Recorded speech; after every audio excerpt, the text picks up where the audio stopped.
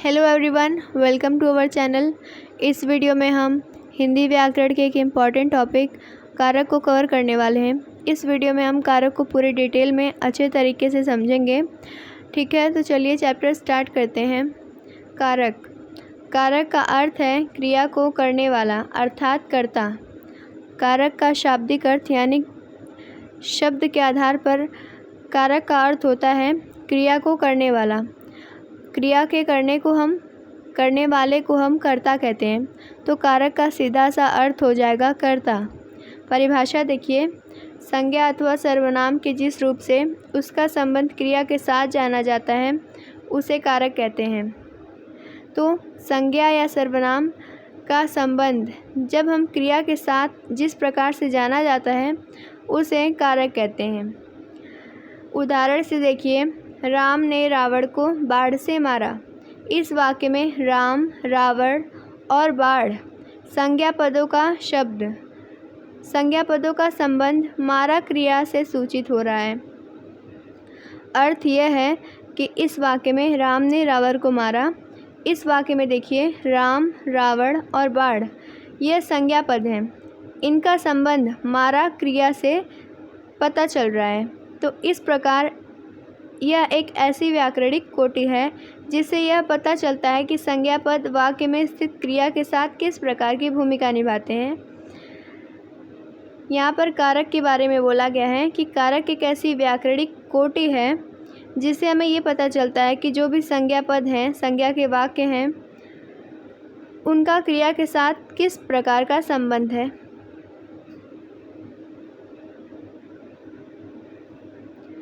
वह क्रिया के साथ कैसा संबंध यानी भूमिका निभाते हैं। ठीक है, अब आगे बढ़ते हैं कारक के भेद पर। कारक के टोटल 8 भेद होते हैं, जिसमें पहला है कर्ता कारक, दूसरा है कर्म कारक, तीसरा करण कारक, चौथा है संप्रदान कारक, पांचवा है अपादान कारक, छठा संबंध कारक, सातवां अधिकरण कारक और आठवां संबोधन कारक। तो ये 8 भेद हैं कारक के। अब समझते हैं सबके बारे में बारी बारी से। यहाँ पर कारक दिए गए हैं और यहाँ पर उनके विभक्तियाँ दी गई हैं, यानी उनके साथ जो भी प्रसर्ग का इस्तेमाल होता है, चिन्हों का इस्तेमाल होता है। जैसे देखिए, कर्ता कारक में ने का प्रयोग होता है, इसमें विभक्ति चिन्ह ने होता है। कर्म में को, करण से के द्वारा, संप्रदान के लिए को के निमित्त, अपादान कारक से, संबंध कारक का की के, रा री रे नानी ने, अधिकरण कारक में पर ऊपर, संबोधन कारक में अरे रे हे ओ अरी री। यह विभक्तियां हैं और यह कारक हैं। ठीक है, तो कर्ता कारक से शुरू करते हैं। कर्ता यानी कर्म को करने वाला। देखिए, संज्ञा अथवा सर्वनाम शब्दों के जिस रूप से काम को करने वाले का बोध हो वह कर्ता कारक कहलाता है। संज्ञा या सर्वनाम के जिस भी रूप से हमें ये पता चलता है कि यानी कार्य के करने वाले का पता चलता है, तो उसे हम कर्ता कारक कहते हैं। कर्ता कारक का जो प्रसर्ग चिन्ह होता है वह होता है ने। अब जैसे उदाहरण से देखिए, रमा ने पत्र लिखा। इस वाक्य में ने प्रयोग हुआ है जो कि कर्ता कारक का विभक्ति चिन्ह है और यहाँ पर कर्ता है रमा। ठीक है, ऐसे ही आपने बुलाया होगा, यहाँ पर ने का प्रयोग हुआ है और आप इसमें कर्ता है, तो यह हो गया कर्ता कारक। अब देखिए ने का प्रयोग कहाँ कहाँ पर होता है। देखिए, ने का प्रयोग सदैव नहीं होता, यानी ने का प्रयोग हमेशा नहीं होता।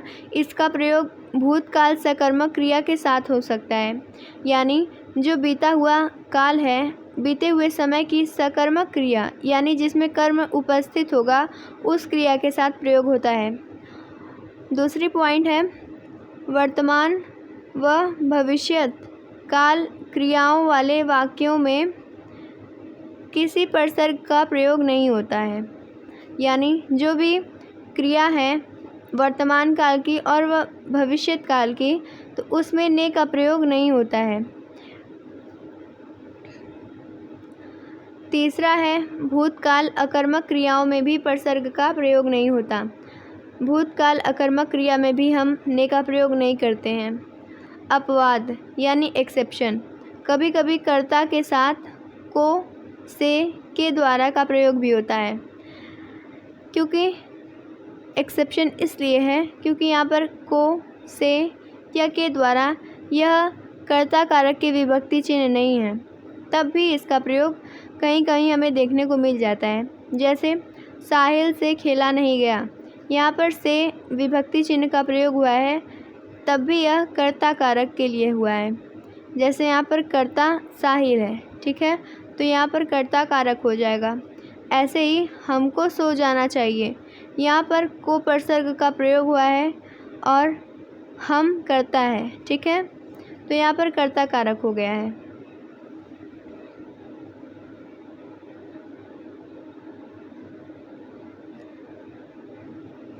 अब देखिए कर्म कारक। संज्ञा अथवा सर्वनाम शब्द के जिस रूप पर क्रिया का फल पड़ता है उसे कर्म कारक कहते हैं। यानी संज्ञा सर्वनाम शब्द के जिस रूप से क्रिया का फल जिस पर पड़ता है उसे हम कर्म कारक कहते हैं। कर्म का अर्थ होता है जिसे हम इंग्लिश में ऑब्जेक्ट बोलते हैं। जैसे क्या लगाकर हम जब प्रश्न करते हैं उस वाक्य से, तो उसके उत्तर में, क्या के उत्तर में जब कोई शब्द हमें मिलेगा तो वह उस वाक्य का कर्म हो जाएगा। जैसे यहाँ पर देखिए, यहाँ पर इसका चिन्ह जो है वो को रहता है। यानी जैसे पीछे कर्ता कारक के लिए ने विभक्ति चिन्ह का प्रयोग हुआ था, वैसे ही कर्म कारक के लिए यहाँ पर को विभक्ति चिन्ह का प्रयोग होगा। ऐसे ही देखिए उदाहरण, माँ बच्चे को सुला रही है, माँ बच्चे को सुला रही हैं, ठीक है। तो यहाँ पर अगर हमें पता करना है कि कर्म क्या है, तो हम इस वाक्य से क्या लगाकर प्रश्न पूछेंगे। जैसे माँ क्या सुला रही है, तो यहाँ पर कर्म का पता लगेगा कि बच्चे को सुला रही है, ठीक है। तो यहाँ पर बच्चे कर्म हो जाएगा।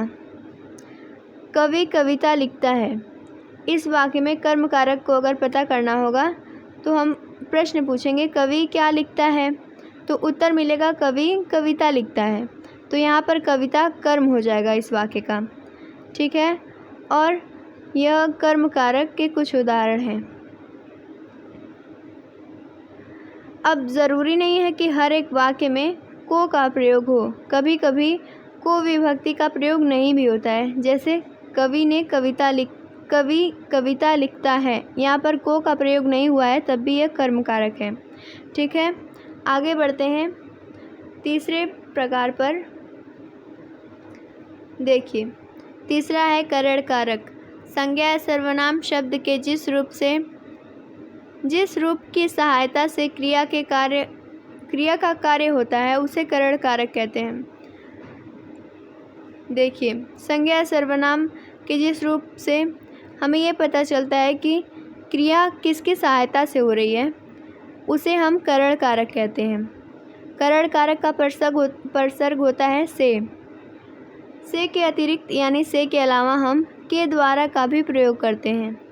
जैसे रोहन पेंसिल से चित्र बनाता है, यहाँ पर से करण कारक का विभक्ति चिन्ह है और यहाँ पेंसिल के लिए प्रयोग हुआ है।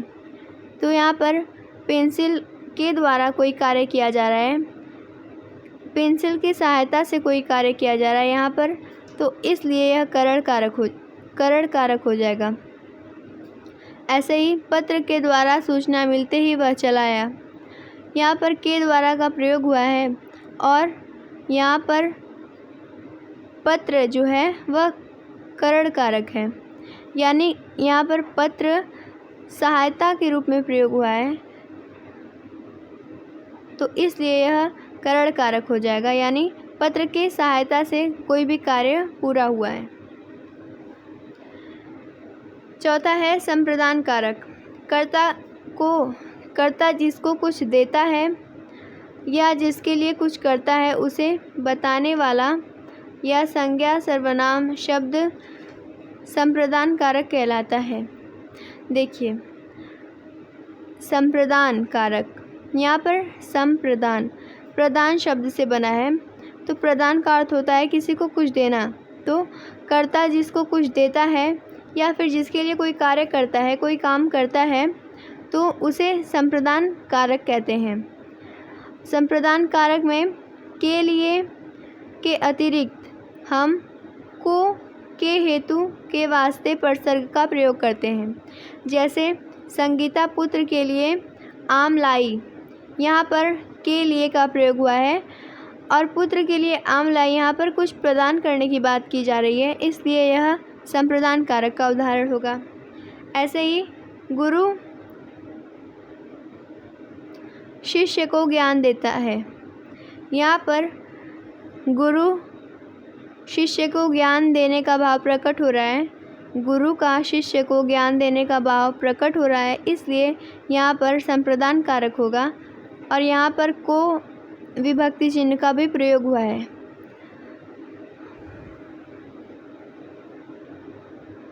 पांचवा प्रकार है अपादान कारक।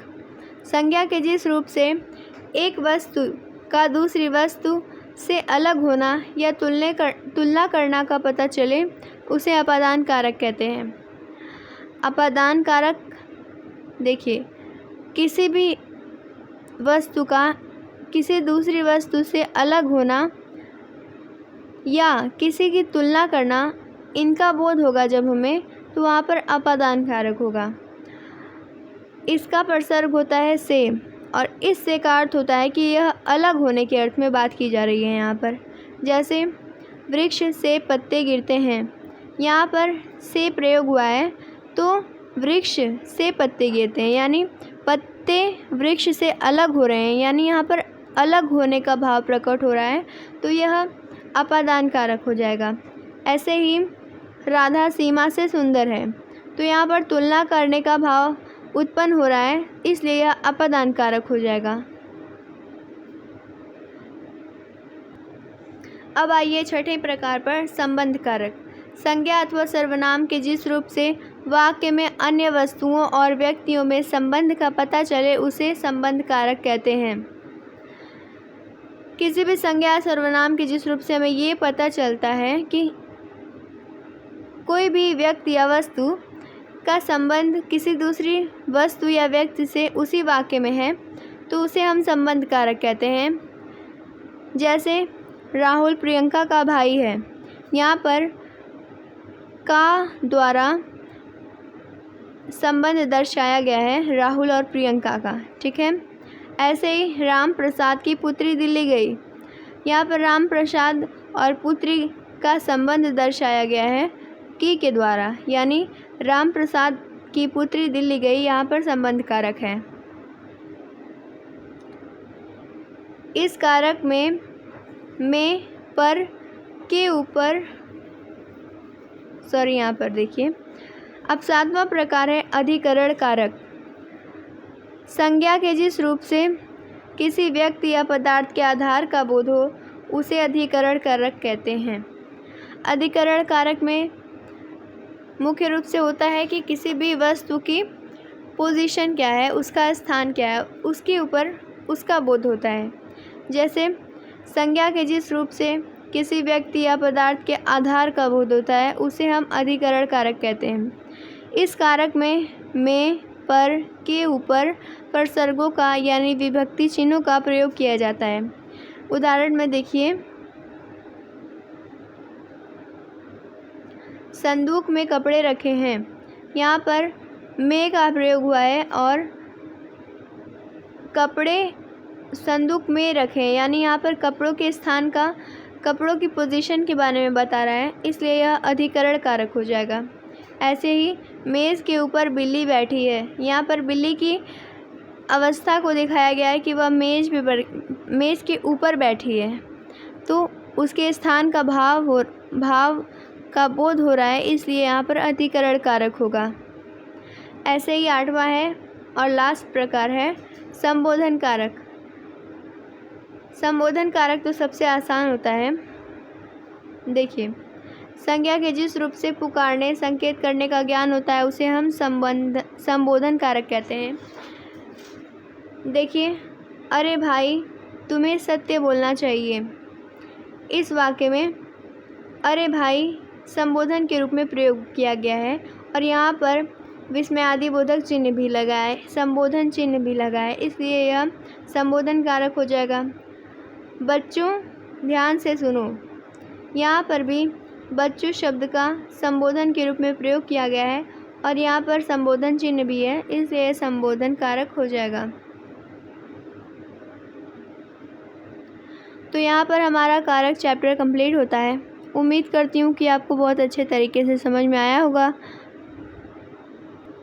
चैनल को सब्सक्राइब कर लीजिए। अब मिलेंगे नेक्स्ट वीडियो में। Thank you.